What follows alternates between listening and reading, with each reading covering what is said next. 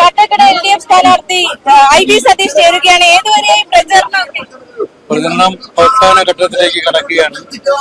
ഇനി 4 ദിവസം കൊണ്ട് ഈ തുറന്ന വാഹനത്തിലുള്ള പര്യടനം അവസാനിക്കും.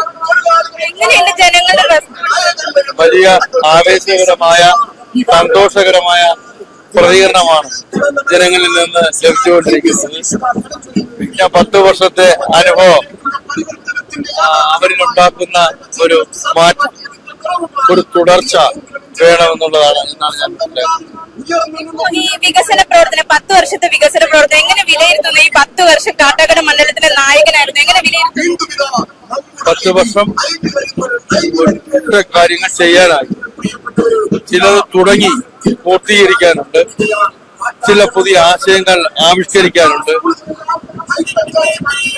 അപ്പോ വളരെ വ്യത്യസ്തമായ ഒരു വികസന കാഴ്ചപ്പാട് സമൂഹത്തിന് മുന്നിൽ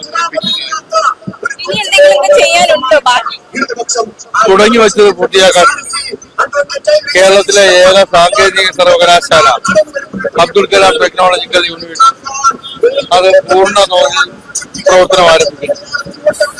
ദക്ഷിണേന്ത്യയിലെ ഏക EV നമ്മുടെ മണ്ഡലത്തിലാണ്, അത് ഉടൻ പ്രവർത്തനം ആരംഭിക്കുന്നു.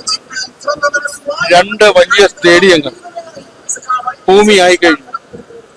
അവിടെ ക്രിക്കറ്റ്, ഫുട്ബോൾ അക്കാഡമികൾ കഴിയുമെങ്കിൽ സ്ഥാപിക്കണം.